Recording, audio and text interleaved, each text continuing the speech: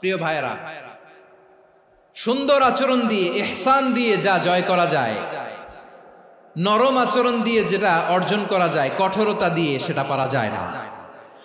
বিষ্ণু ঈসা ইসলাম ইহসান দিয়ে, কোমল আচরণ দিয়ে, তার অনুগ্রহ দিয়ে তিনি অনেক কাফিরের হৃদয়কে জয় করে ফেলেছেন। সাইয়েদনা সুমামা ইবনে উসাল রাদিয়াল্লাহু তাআলা আনহুর কথা মনে পড়ে যায়। তিনি ছিলেন ইয়ামামার বাদশা। মদিনাতে বিশ্বনবীকে হত্যা করার নিয়তে এসেছিলেন। গোপনে গোপনে বিশ্বনবীকে হত্যা করে আবার ইয়ামামাতে তিনি ফিরে যাবেন। কিন্তু কি অবাক করা কাণ্ড, হত্যা করতে পারে নাই, সাহাবাদের হাতে তিনি ধরা পড়ে গেলেন। সাইয়েদনা সুমামা ইবনে উসাল রাদিয়াল্লাহু তাআলা আনহু হত্যার নিয়তে আসলেন, কিন্তু হত্যা করতে পারলেন না। সাহাবারা ওনাকে ধরে ফেললেন, ধরে মসজিদে নববীর পিলারের মধ্যে বেঁধে রাখলেন। সুমামা ইবনে উসাল, সিরাত থেকে শোনাচ্ছি, রাদিয়াল্লাহু তাআলা আনহু ইয়ামামার অধিপতি ছিলেন। বিশ্বনবীকে হত্যার জন্য আসছেন, ধরা পড়ে গেছেন, এখন মসজিদে নববীতে বেঁধে রাখছে, তার মানে বন্দী। এখন স্ট্যাটাস কি? বন্দী, ক্যাপ্টিভ। তো বিষ্ণু ঈসা ইসলাম সাহাবাদেরকে বললেন, তার খোঁজ খবর নিও, সুমামা ইবনে উসালের খোঁজ খবর নিও।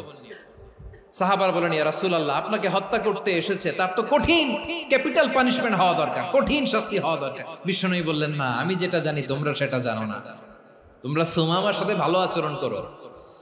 বিশ্বনবী সুমামার কাছে গেলেন। প্রথম দিন যে তিনি কালেমার দাওয়াত দিলেন, ইমানের দাওয়াত দিলেন, ইসলামের দাওয়াত দিলেন, রিসালাতের দাওয়াত দিলেন, আখিরাতের দাওয়াত দিলেন। পরের দিন যে বিশ্বনবী সালাতের দাওয়াত দিলেন, যাকাতের দাওয়াত দিলেন, ইসলাম কি, কিভাবে, কেমন করে পালন করতে হয় চমৎকার আর্টিকুলেট করতে শুরু করলেন। তন্ময় হয়ে সুমামা ইবনে উসাল রাদিয়াল্লাহু তাআলা আনহু বিশ্বনবীর কথাগুলো শুনতে আরম্ভ করলো। একদিন নয়, 2 দিন নয়, টানা 3 দিন বিশ্বনবী সুমামার কাছে ইসলামকে প্রেজেন্ট করেছেন, উপস্থাপন করেছেন। আওয়াজ করে বলেন, কয় দিন? 3 দিন। 3 দিন মসজিদে নববীতে বাঁধা। আর সাহাবীদেরকে বললেন, তার খোঁজ খবর নিও, তোমরা যে রুটি বানাও এর মধ্যে সবচেয়ে ভালো আটার রুটিটা তারে দিও, সবচেয়ে রিফাইন্ড খেজুর, যেটা পিওর খেজুর, এটা তারে দিও। আর বিশ্বনবী নিজের উট থেকে দুধ দহন করে ওনার বাড়ির এক কর্মচারীকে বলেছেন, দুধ দহন করে সুমামার জন্য নিয়ে যেও। সুবহানাল্লাহ পড়বেন না? সবাই তো অবাক, ইয়ামামা থেকে আসছে নবীকে হত্যা করতে, বিশ্বনবী দেখে তারে জামাই আদর করে। 1 দিন নয়, 2 দিন নয়, টানা 3 দিন বিশ্বনবী এভাবে সুমামার কাছে যে ইসলামকে প্রেজেন্ট করতে আরম্ভ করলেন, ইসলামকে উপস্থাপন করতে শুরু করলেন।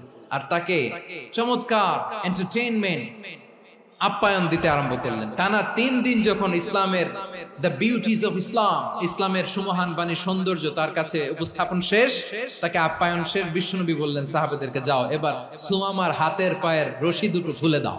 সাহাবারা তর্ক জুড়ে দিলেন, লা ইয়া রাসূলুল্লাহ, এমনটা করবেন না, তো ভয়ঙ্কর ভয়ঙ্কর খুনি, কি জানি কি হয়ে যায়। বিশ্বনবী বললেন, না, তার হাতে পায়ের রশিগুলো খুলে দাও। সাহাবারা বিশ্বনবীর কথা মতো তার হাতে পায়ের রশিগুলো খুলে দিল। সুমামা মুহূর্তের মধ্যে মসজিদে নববী থেকে বের হয়, ইয়ামামায় ফিরে না যে মসজিদে নববীর পাশে একটা খেজুর বাগান ছিল, সেখানে চলে গেলেন। সেখানে একটা ছোট্ট কুয়া ছিল, কুয়ার পানি দিয়ে তিনি গোসল করলেন। সুবহানাল্লাহ পড়েন।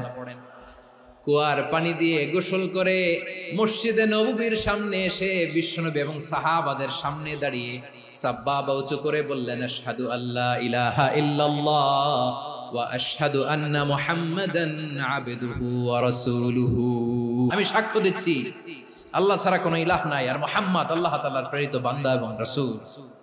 প্রিয় ভাইয়েরা, ইহসান দিয়ে যা জয় করা যায়, কঠোরতা দিয়ে সেটা কঠিনকালেও জয় করা যায় না। আওয়াজ করে বলেন, ঠিক কি না?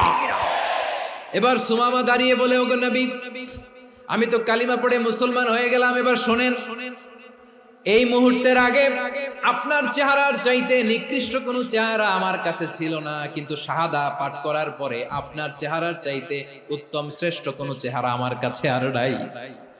ও নবী, আজকের দিনের আগে ইসলাম ধর্মের চেয়ে নিকৃষ্ট অপছন্দনীয় কোনো ধর্ম আমার কাছে ছিল না, কিন্তু এই মুহূর্ত থেকে ইসলামের চেয়ে সেরা শ্রেষ্ঠ পছন্দনীয় কোনো ধর্ম আমার কাছে নাই।